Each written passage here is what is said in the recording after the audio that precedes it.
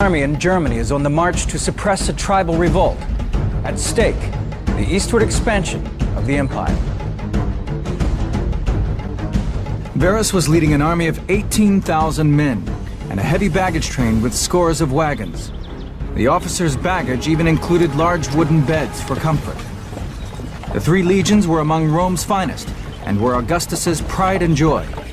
Augustus was to refer to military campaigns as fishing with a golden hook. That is to say, you really are taking sometimes a risk with one of your greatest assets, your military manpower. The Romans feared the forest as a wild and uncivilized place. They believed that the great oak forest of the north marked the edge of the world. 100 years later than the events we're discussing, Tacitus, writing his Germania, talks about semi-mythical, part human, part animal figures. So there are areas deep in the interior of Germany which are almost perceived as mythical to the Roman elite. For the German tribes, the forest trees often marked sacred places. The Christmas tree we bring into our home each year as a reminder of those beliefs. As the Romans entered the forest, they were forced to abandon their normal marching formation. Instead, they formed a long, winding column over 2 miles long. A cavalry detachment led the way. Varus and his entourage traveled midway down the column. At this point, Arminius came to Varus and offered to take his men off and gather up more allies for the battle ahead. Varus thought about it and agreed. And Arminius and his men melted away into the forest. That's a normal thing for someone who's on the Roman side to do, absolutely normal. And given that Varus trusts Arminius, it's no surprise that he allows him to do that. Arminius, of course, is doing something quite different. He's taking himself away to rally forces that are going to turn against their Roman allies. The Roman column moved on nervously. Experienced centurions peered into the dark and gloomy forest, but Varus felt secure. He's also basically seeing this as an exercise in moving through a largely pacified landscape, and that's a dreadful mistake to make. Arminius was a really capable commander. Varus was kind of a bumbler, but probably his greatest weakness was he didn't know he was a bumbler. He didn't accept advice. The Romans were now confined to a narrow forest path with a steep hill on one side and a swamp on the other. To make matters worse, the weather turned nasty, with heavy rain and strong winds. They couldn't deploy in battle line.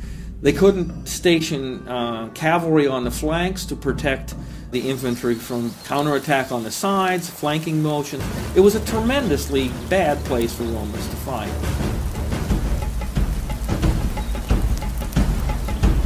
Suddenly, hundreds of arrows and javelins began to fly from the trees, thudding into the front of the Roman column.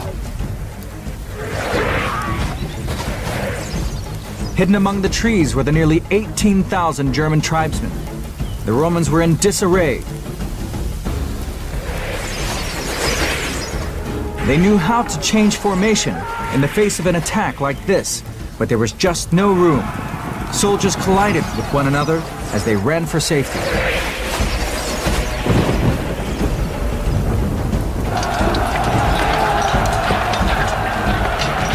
But when the Romans tried to get away through the trees, they found that the Germans had filled the gaps between the trunks with earth. Construction work that must have taken weeks.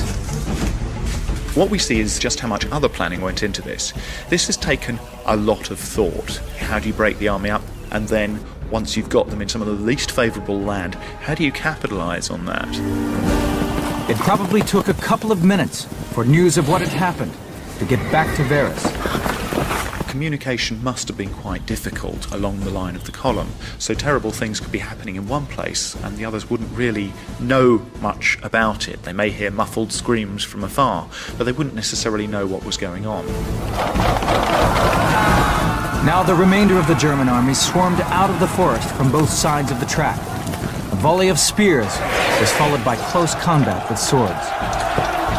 It was probably never possible to come together in legionary strength because of the nature of the battlefield, which was chosen entirely by Arminius. Varus had been caught in the perfect ambush. He saw the shocking reality behind the slaughter. He'd been betrayed by a man he was proud to call a friend. Arminius knew from his own army experience that it would be suicide to fight the Romans on an open battlefield. Most of his army were spearmen who would not have stood a chance against disciplined formations. Now he had the legions at his mercy in his own backyard.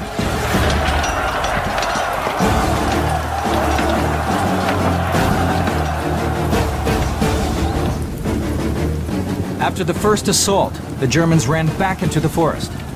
Varus fell back the way he had come, and the army established a series of camps by nightfall. But the next day it was still wet and windy, and the attacks began again. The weather was pretty desperate. Wind, rain would have made not simply keeping troops together, I think, quite difficult, but also meant that using weapons was difficult, rather difficult to use your slings and your bows in those sorts of conditions.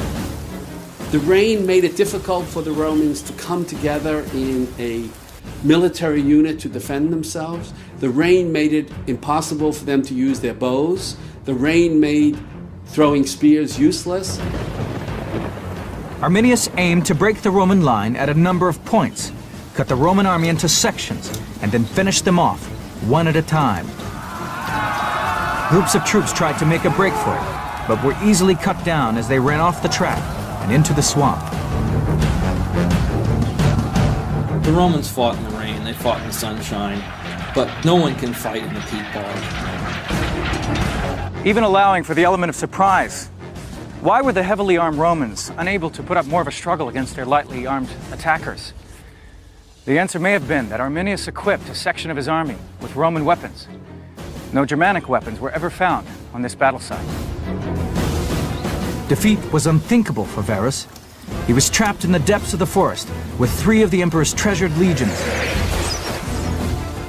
Augustus's dream of ever-expanding frontiers, of empire without end, had turned into a bloody nightmare.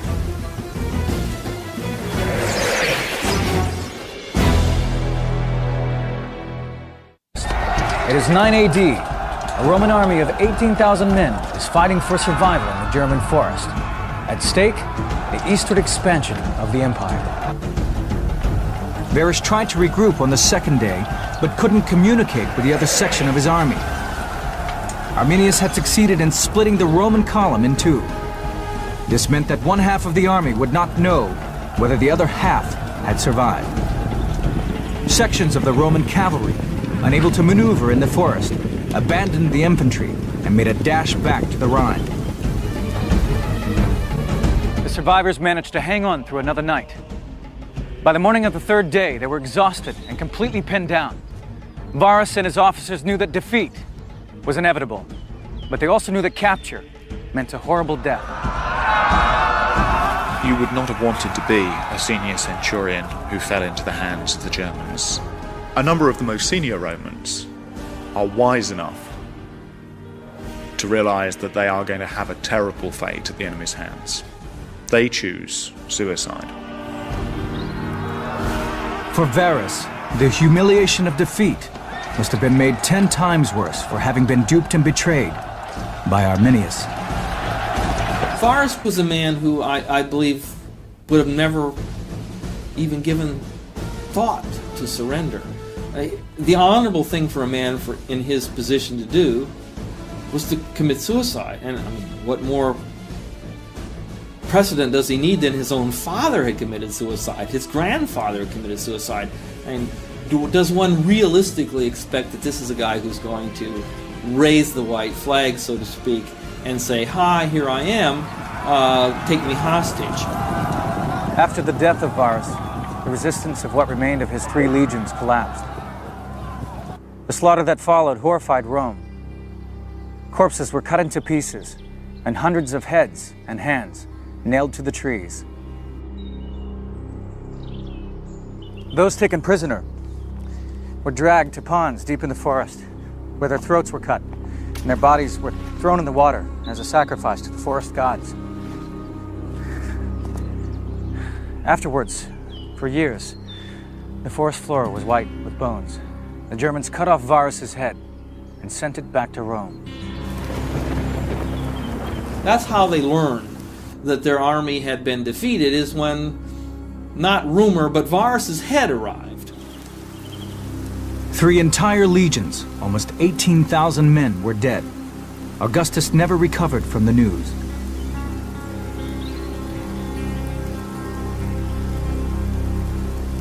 Nightmares. Augustus suffers nightmares with this.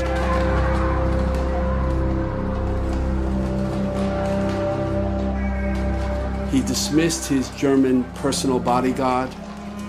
He refused to have a haircut or shave his beard. Augustus just could not ever quite sleep at night afterwards, and would awake in the middle of the night yelling, "Varus, Varus, give me back my legions."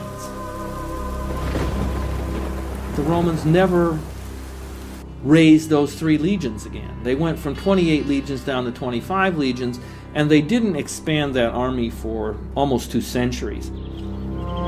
But it wasn't just the loss of Augustus's beloved legions. Was the frontier safe?